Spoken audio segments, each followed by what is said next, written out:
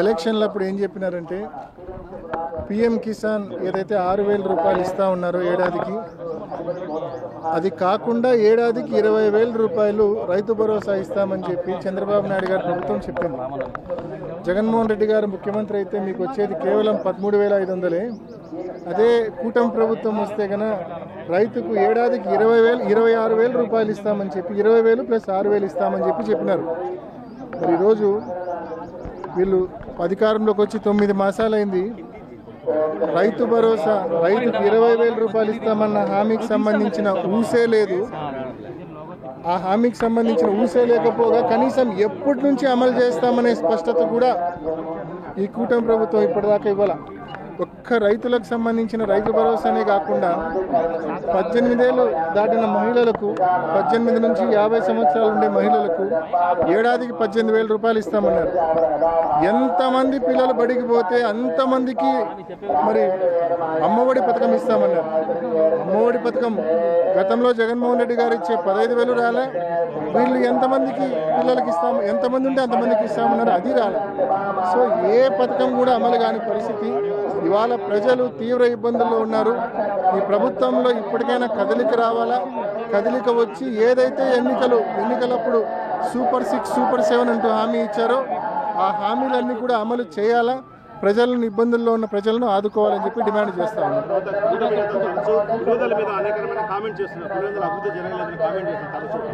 ఈరోజు ఎవరు పులివెందులకు వచ్చినా కూడా పులివెందుల రింగ్ రోడ్డు కావచ్చు, పులివెందుల్లో ఉన్న మెడికల్ కాలేజీ కావచ్చు, పులివెందుల యూజీడీ వర్కులు కావచ్చు, సీసీ రోడ్లు కావచ్చు, పులివెందుల్లో ఉన్న మంచి మంచి పార్కులు, గరండాల రివర్కి సంబంధించిన అభివృద్ధి కావచ్చు, ఉలిమల లేక్ సంబంధించిన అభివృద్ధి కావచ్చు, రాణితోపు అభివృద్ధి కావచ్చు, ఎన్ని రకాలుగా ఆ ఊరు అభివృద్ధి చెందిందో. చక్కటి మల్టీప్లెక్స్, అదేవిధంగా స్కిల్ ట్రైనింగ్ అకాడమీ, మరి అదేవిధంగా రైతులకు సంబంధించి 20-30 కోట్ల రూపాయలతో ఇంటగ్రేటెడ్ కోల్డ్ స్టోరేజు, ఎన్నో కార్యక్రమాలు పులివెందుల్లో జగన్మోహన్ రెడ్డి గారు కేవలం 5 సంవత్సరాల్లో కోవిడ్ ఉండి ఇబ్బందులు ఉన్నా కూడా ఎన్నో కార్యక్రమాలు చేసినారు. ఈ జిల్లాకు కావచ్చు, పులివెందుల నియోజకవర్గానికి కావచ్చు.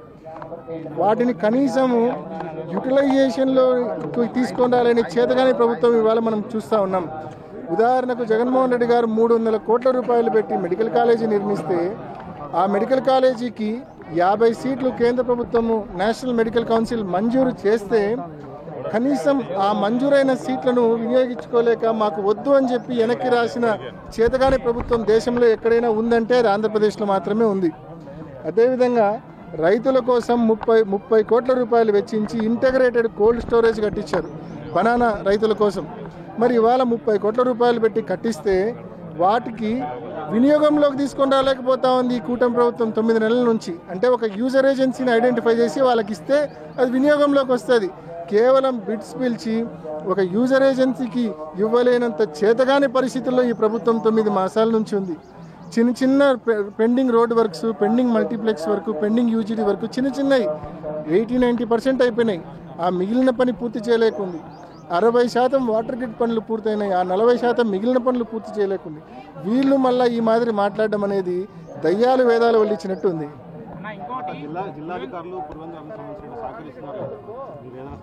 అన్న, ఈ గవర్నమెంటు ఈ జిల్లాకు సంబంధించిన ఏ నియోజకవర్గంలో అయినా అభివృద్ధి అనేది పక్కన పెట్టేసినారు పూర్తిగా. అభివృద్ధి గురించి అసలు ఎంత తక్కువ మాట్లాడుకుంటే అంత మంచిది అన్నట్టు ఉంది ఈ కూటమి ప్రభుత్వంలో. ఇవాళ ఈ ప్రభుత్వం ఓన్లీ టార్గెట్ హరాస్మెంట్.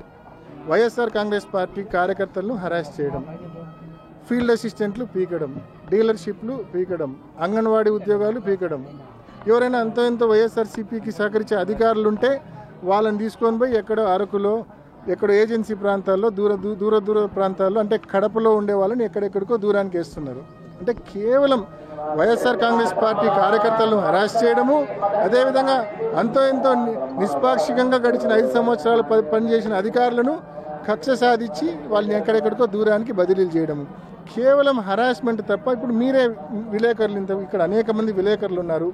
మీరందరూ కూడా డిఆర్సీ మీటింగ్కి పోతా ఉన్నారు. డిఆర్సీ మీటింగ్లో ఇన్ఛార్జ్ మంత్రి గారు వచ్చినారు, జిల్లాకు సంబంధించిన ఎమ్మెల్యేలందరూ వచ్చినారు. ఏం జరుగుతూ ఉంది ఆ డిఆర్సీ మీటింగ్లో మీరు చూస్తూ ఉన్నారు కదా. కడపలో అయితే ఆ కార్పొరేటర్కి సంబంధించిన ఆరో ప్లాంట్ కొట్టండి, డెమాలిష్ చేయండి, ఈ కార్పొరేటర్ రామకృష్ణకు సంబంధించి డెమాలిష్ చేయండి, బాబుకి సంబంధించి డెమాలిష్ చేయండి, త్యాగరాజుకి సంబంధించి డెమాలిష్ చేయండి, ఆదిత్యకు సంబంధించి డెమాలిష్ చేయండి. కేవలం వైఎస్ఆర్ కాంగ్రెస్ పార్టీ నాయకులకు సంబంధించిన వాటర్ ప్లాంట్స్ మరొకటో డెమాలిష్ చేయమని చెప్పి ఈ మాదిరి అంటే కేవలం డిఆర్సీ మీటింగ్ అనేది జిల్లాకు సంబంధించిన development district development review committee అది. దాంట్లో దాన్ని డిస్ట్రిక్ట్ డెమాలిషన్ రివ్యూ కమిటీ చేసినారు, డిస్ట్రక్షన్ రివ్యూ కమిటీ చేసినారు. కేవలం అధికారులను బదిలీలు చేయడము, లేకుంటే వైఎస్ఆర్ కాంగ్రెస్ పార్టీలను హరాస్ చేయడానికి దానికి మళ్ళీ రివ్యూ యాక్షన్ టేకెన్. లాస్ట్ మీటింగ్లో మీరు పలానా వైఎస్ఆర్ కాంగ్రెస్ పార్టీ కార్యకర్తది డెమాలిష్ చేయమన్నారు, ఈ మీటింగ్లో మేము డెమాలిష్ చేసినామని మళ్ళీ యాక్షన్ టేకెన్ రిపోర్ట్ నెక్స్ట్ మీటింగ్కు చెప్పాలా. ఇంత ఘోరంగా ఈ ప్రభుత్వ పనితీరుంది. ప్రజలు కేవలం 9 మాసాలకి ప్రభుత్వం అంటే విసుగు చెందినారు, సమయం కోసం ఎదురు చూస్తూ ఉన్నారు. సమయం వచ్చినప్పుడు వీళ్ళకు దిమ్మ తిరిగే గుణపాఠం తప్పకుండా చెప్తారు. ఇప్పుడు వెరీ సింపుల్, ఈరోజు అధికార పక్షం ఉంది, ప్రతిపక్షం ఉండేది ఓన్లీ వైఎస్ఆర్ కాంగ్రెస్ పార్టీని. 11 సీట్లు వచ్చినాయంటున్నారు, 40% ఓట్లు వచ్చినాయనేది ఏమన్నా మర్చిపోతున్నారా? 40% ఓట్లు వచ్చినాయి, 4 ఎంపీలు ఉన్నారు, 11 మంది ఎమ్మెల్యేలు ఉన్నారు. నిజంగా ఈ ప్రభుత్వానికి దమ్ము ఉంటే, ధైర్యం ఉంటే, ఈ ప్రభుత్వానికి ప్రజల గొంతు వినే ఉద్దేశం ఉంటే, నిజంగా నిజాయితీతో ప్రజల గొంతు వినే ఉద్దేశం ఉంటే వైఎస్ఆర్ కాంగ్రెస్ పార్టీకి ప్రతిపక్ష హోదా ఇవ్వాలా.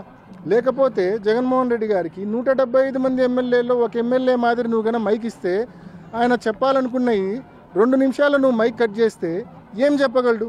అదే ప్రతిపక్ష హోదా ఉంటే ప్రతిపక్ష నాయకుడిగా కనీసం ముఖ్యమంత్రి గారు గంట మాట్లాడితే ప్రతిపక్ష నాయకుడికి 40 నిమిషాలకి టైం కేటాయిస్తారు. ఆయన ప్రజలకు సంబంధించిన సమస్యలు ప్రజల గొంతుగా అసెంబ్లీలో వినిపించే అవకాశం ఉంటుంది. ఒక ఎమ్మెల్యేగా వినిపిస్తే 2 నిమిషాలు కూడా సమయం మీరు వెంటనే బెల్లు కొట్టి కూర్చోబెడతారు. ఏం లాభం? దానివలన అసలు సమస్యలు అసెంబ్లీలో రిప్రజెంట్ చేసే అవకాశం కూడా ఉండదు. ఇది నిజంగా జగన్మోహన్ రెడ్డి గారిని అవమానం చేసినామని చంద్రబాబు నాయుడు గారు కానీ, స్పీకర్ కానీ, డిప్యూటీ స్పీకర్ గారు కానీ అనుకుంటున్నారు. కానీ ప్రజలను అవమానపరుస్తున్నారు వీళ్ళు. 40% మంది ఓట్లు వేసినారు వైఎస్ఆర్ కాంగ్రెస్ పార్టీకి.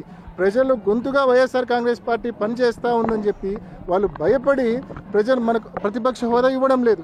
సో వీళ్ళు బేసికల్గా జగన్మోహన్ రెడ్డి గారిని కాదు అవమానం గురి చేసేది, ప్రజలను అవమానిస్తూ ఉన్నారు ఈ కూటమి ప్రభుత్వము, ఈ స్పీకరు, ఈ డిప్యూటీ స్పీకరు. స్పష్టంగా మీరు టీవీ కూడా చూసింటే ప్రతిపక్షాన్ని గుర్తించండి, ప్రజాస్వామ్యాన్ని కాపాడండి, ఈ అజెండాతోనే, ఈ నినాదంతోనే అసెంబ్లీలోకి వెళ్ళడం జరిగింది.